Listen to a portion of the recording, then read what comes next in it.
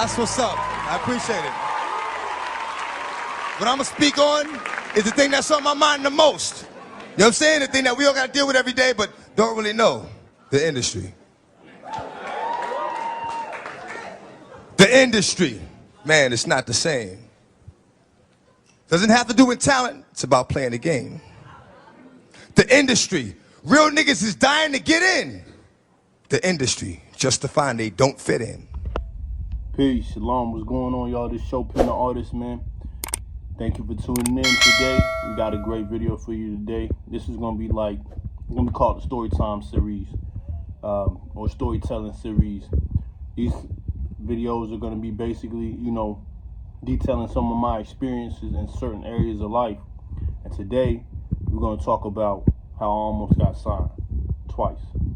Tune in. What's going on, y'all? This SHOWPEN, the artist, man. Man, tapping in with y'all again. We got a great video for y'all today. Make sure you hit that like, comment, and subscribe button. Also hit that bell notification. You know what I'm saying? Today, I'm gonna talk about.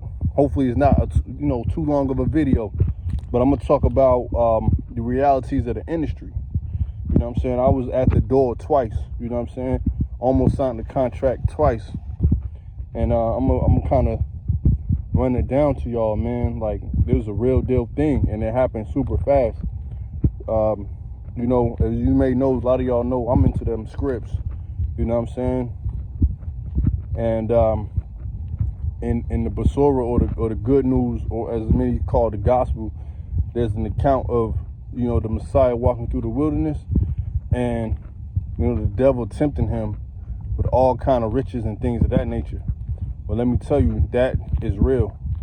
The music industry is what I was about to be a part of.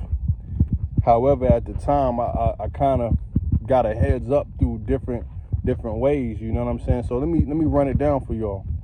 A couple videos ago, when I was talking about my art and what inspires me, I talked about. I'm gonna do right like this so y'all can see. I talked about my background in music. Like, I was classically trained in violin, been playing drums since a teenager, and can y'all see me? Yeah, these glasses. All right, boom. And everything gonna be raw. We're gonna edit it, but I like to keep it raw. All right, so I had a background in music. So let me go ahead and tell y'all when I started making music. I started making music when I was 17, 18, man. It was 18 really.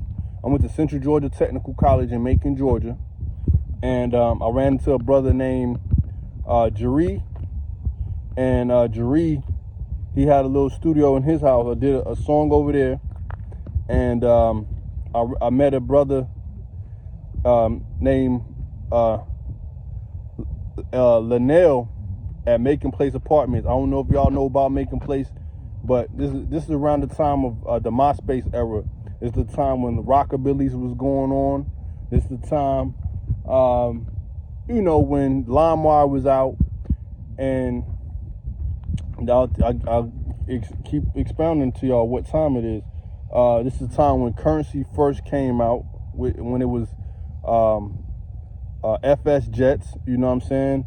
This is the time, man. It was an epic time, man. Like, it's before I went to the military as well. I went to the military in 2010. So around this time, I'm meeting a brother named Mr. 54, and he had a place on the west side, and it was Jiraki and Meat Pappy. What's going on to y'all, man? If y'all watching this, big up to Linnell. He called himself L Nell. I met him at Macon Place, man. He's like, yeah, man, I make music and whatnot. So, man, we had a passion for real lyrical music because I grew up on Wu-Tang and Outkast and Dungeon Family and all that. You know what I mean? So I started making music at Mr. 54's spot, man, because he had a little studio, but his was like very, he had the little, how can I say it? It wasn't a professional setup. But it was good enough for me because eat this apple too, green. You know what I'm saying? Matter of fact, my bad. This is You know, I told y'all it's gonna be about fashion too. This is a Helmet Lang shirt, Helmet Lang fit or whatever. Just close. Okay. So yeah, I started making beats making music over there.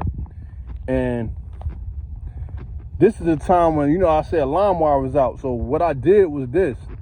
I went online and I found like a Ninth Wonder beat pack for like it was 100 of them. Ninth Wonder. I don't know if y'all knew who Ninth Wonder is, but at that time, Lil Brother was out.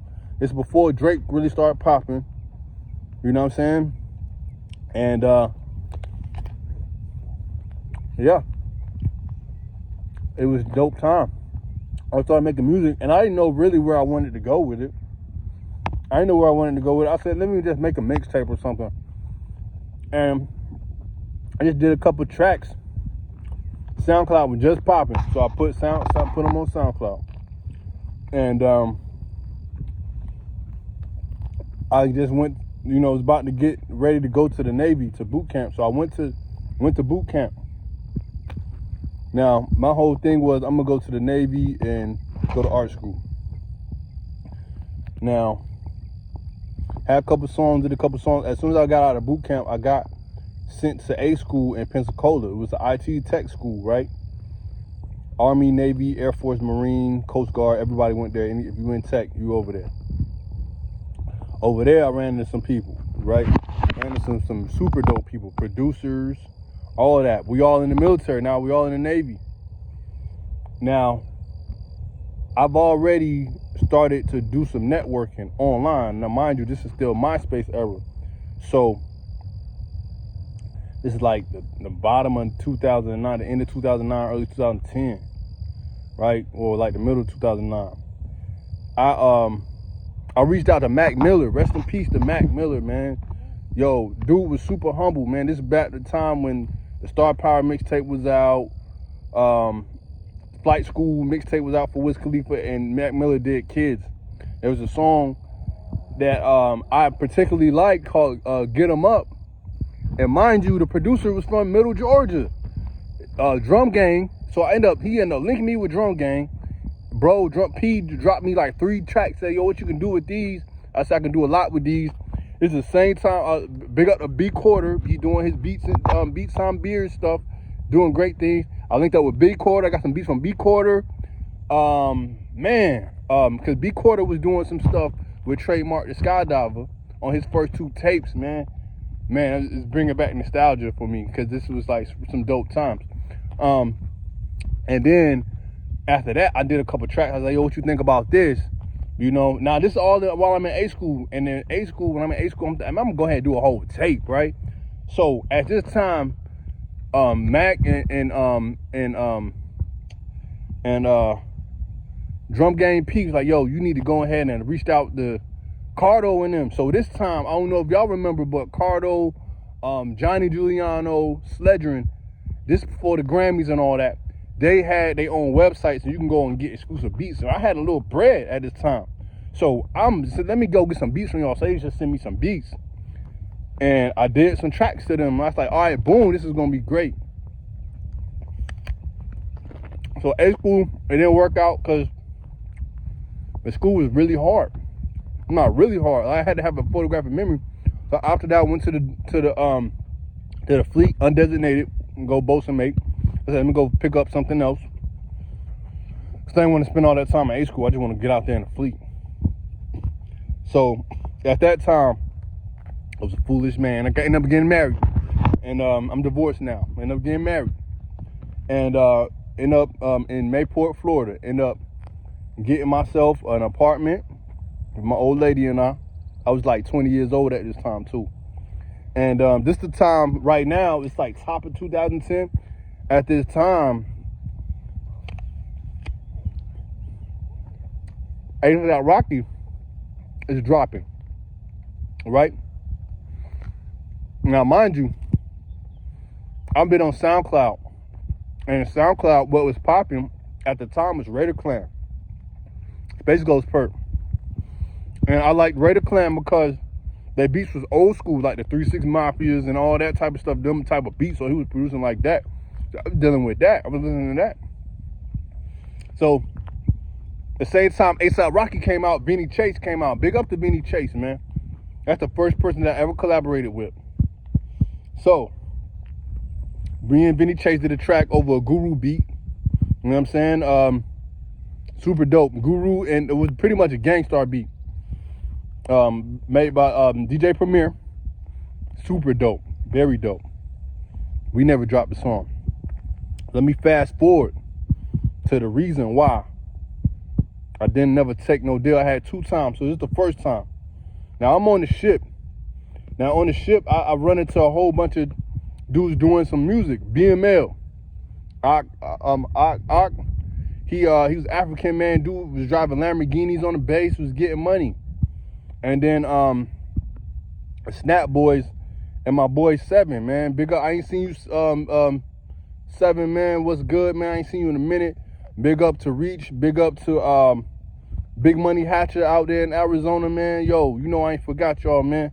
But yeah, man, we's all clicked up, man. They was making music, I'm making music, and we having a good time. You know, the time that we now on the ship. So my tape is wrapping up. It was called The Golden Beginning, and my name was Lyrical Knockout at the time. This was before SHOWPEN. So now I decided to get another phone because I didn't want my regular phone to get tied up. So this story got into kind of different areas, but I want to piece together the things to let y'all see how it was going. Now, mind you, on my first SoundCloud numbers, I'm just starting to do numbers because of the producer tags that was on there. And my ex-wife, she had a friend. Her friend had her baby daddy was in the industry, and he was doing stuff with Akon. So he started giving me pointers and stuff. He said, hey, I'm gonna pass your number off to some people, get you some, you know what I'm saying, get you some mentors or whatnot. Now here's the crazy part. I'm on the ship. I'm a grown man. I'm a young man, but I'm a grown man. So a dude called my phone and told me his name was Anthony. And he worked for a certain record company, a subsidiary of that company, and he wants to mentor me and prepare me to make an album. And he said the music is good. He said I got a passion for it. He said I can go a long way. Now mind you, I'm actually rapping. Like, I've always been an MC, always. Anybody who know me know it was easy because it was art form for me. I'm old school with it. I grew up off the Outkast and the Wu-Tang, and you know what I'm saying, the Far Sides and the J Dillas and the MF Dooms and all of that. So this dude started saying, hey, yo, I'm gonna need you to do some other things. So this is the first time I'm learning about all this weird stuff that goes on in the industry. They'll give you a mentor, but it's actually like your handler to usher you into this thing. These parties, all you hearing talking about, that's for real. Hey man, I'm gonna need you to come to this when you off the ship. He was talking like that. So my mind said, okay, when we gonna get in the studio, when we gonna do this, when we gonna do that. But he was talking about, I'm gonna need you to do some more things. You gotta earn that and all this type of stuff. Weirdo vibes. Now at this time, my wife at the time, when I had came home for it was like a month out at sea, she had showed me some DVDs about Aaliyah and the industry and stuff by a brother named Yash Kara. And Yash Kara was talking about the music industry, heavy. How that happened, sacrifice, all this stuff. So everything Yash Kara was talking about on that DVD, that's the weirdo stuff that dude was talking about me on the phone. So guess what I did? It came to a head. Dude was like, man, I'm gonna come scoop you and all this type of stuff. Weird vibes, man.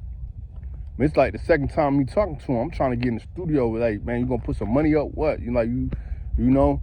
Man, I took my phone and chunked it in the Atlantic Ocean. I said, man, forget that. You know what I mean? And that was that. That was that.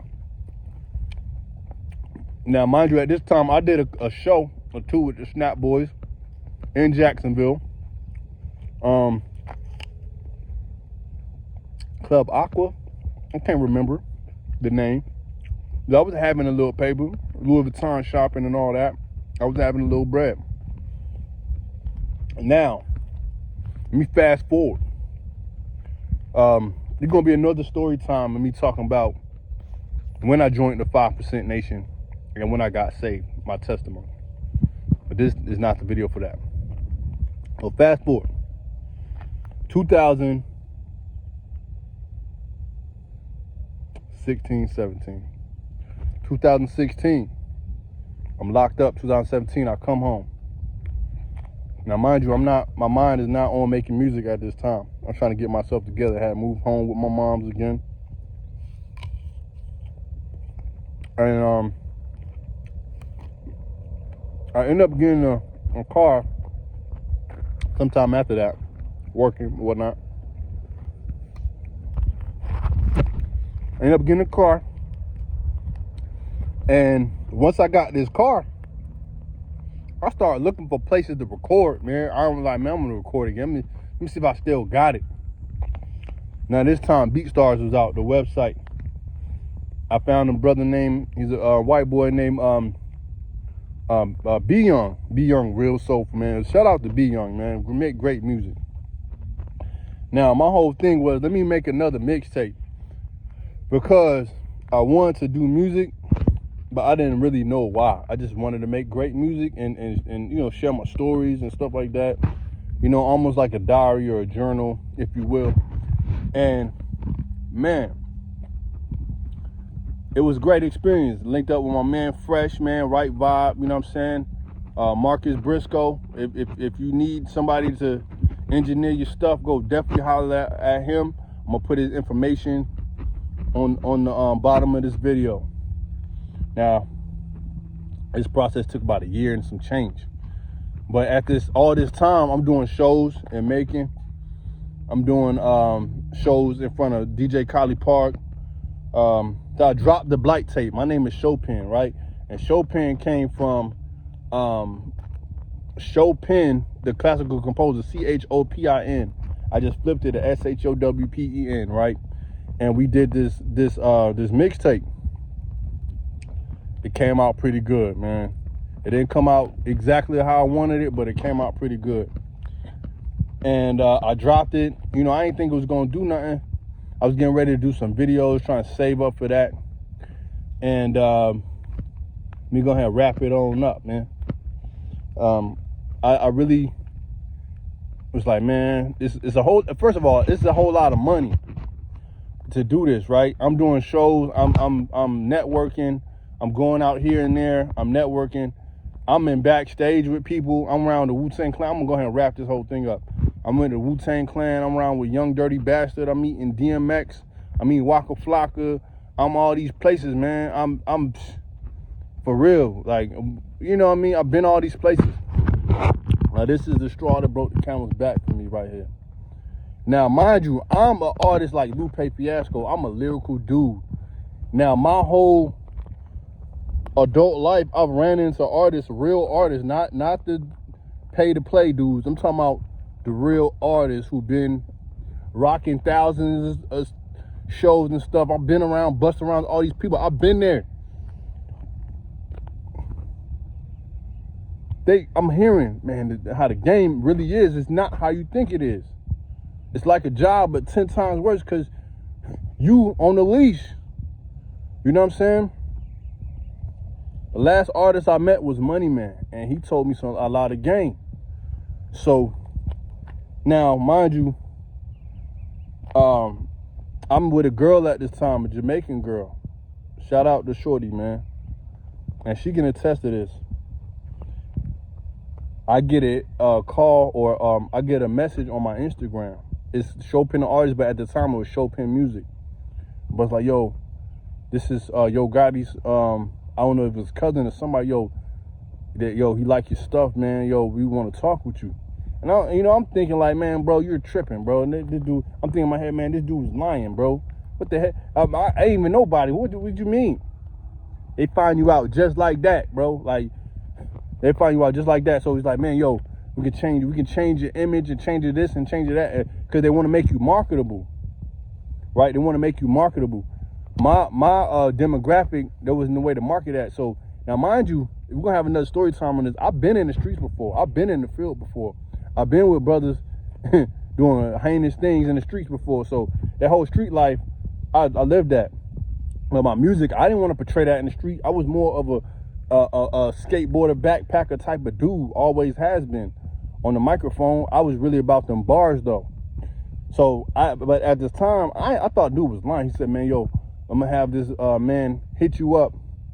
We're gonna have somebody hit you up, man. We want to fly you out to Memphis so you can talk to Yo Gotti, blah, blah, blah, blah, blah. So I'm thinking, all right, cool, whatever. You know what I'm saying? Man, not even 3 minutes later, a phone call called me from California. And I'm gonna put it on the screen. I don't know, a middle-aged white man called me, said, hey, our people over at Collective Music Group, they said they found your music. They want you to, they interested, man. We want to basically check your temperature and see, are you ready to take that step? See, this how the devil, I don't know who he was, how the devil hit you. I'm like, hey, you know, oh, cool, let me think about it. I'm like, no, let me think about it. Because at first I'm thinking, man, this is they playing. Because I ain't know, but how you find me? I'm still thinking like that. How y'all, you know what I'm saying? Like, but yeah, man, he said, man, hit me back. You don't seem too enthused. I was like, I want to make sure this ain't no scam and y'all for real. However, in the back of my head, I'm thinking all the stuff I already heard from all my peers and all the people who in the industry. Man, I hit Chase up. I said, hey, man, these folks want to sign me. He said, yo, you got to trust somebody. I didn't do it because I end up tracing the number. Interscope Records. It's Interscope Records, man. And I'm like, I think it was Interscope or Capital. I think it was Interscope. I'm gonna put the number on the screen. So I'm like, man, nah. Because if that's selling out. You know what I'm saying? I'm this type of person. Why would I change up myself to make this music just to make millions of dollars, and then I'll be perpetuating the same lifestyle that a lot of these artists are perpetuating today? You know what I'm saying? That's never been me. You know what I mean? Now, all the party stuff, I ain't getting into that because I've been around people who've been in them parties. They told me stories. I said, I don't want to be participating in that. I'm seeing the DVD about Yash Karal. All these different people telling me the same story. People who've been there, third person account, second person, I've been around. I said, nah. You know what I'm saying? And then the stress of all this, man. So I could have still went the independent route, but it's way more expensive to do that. You gotta have longevity in that. And you know, for me, I had to make some money for myself, and I didn't really want to go through that. And to this day, people still like, yo, my engineer Phresh be like, yo, get back in the studio, man. You know what I mean? And I still got artist friends, man, but they're not in the secular industry. They making music for y'all. You know what I'm saying? Big up the Script Puller. Big up to YFA Beloved. Big up to Yoram. Big up to all my brothers and sisters in the truth, man. But yeah, yo, that industry is crazy, man. That was the devil on that call, man, for real. Hey, you want to join this industry? I don't want to. But see, they will seek you out. You got a gift, they're going to seek you out. What are you going to do with that? You going to sell it out, or you going to do what? But you know, there's more to that whole story, but I wanted to condense it. It's almost coming on 23 minutes now. You know, this ain't the normal video with the tripod and all that, but I just wanted to put something out there. You know what I mean? And if you want to get in that music industry, I advise you stay independent. Yeah, last thing, when I met Money Man like the end of 2022 at his October show. This before I really accepted the truth. Man, I kicked it with him and Ghazi, man. Went backstage, talking it up about the crypto and all that, man. He said, man, if you're going to do music, always stay independent. Independent is the way, man, because nobody owns you. Your masters, they call your music your masters. They hold your masters above your head. Come on, man. All these words is not just words. These words mean something. You know what I mean? So yeah, man, that's story time for the day, man. If you're trying to get in that industry, man, hey, I think on it, pray on it, man. I got people out here in Macon really trying to get in that industry. They really don't know what you about to get into. If you want to do that, that's on you. I don't know, this is just, I want to say it's a cautionary tale, but I was real close to walking in through that door. And my life probably could have been way different. But I know that y'all got something else for me, and it ain't that. You know what I'm saying? But they always gonna check your temperature to see where you at with it. Shalom. Bigger Harbor.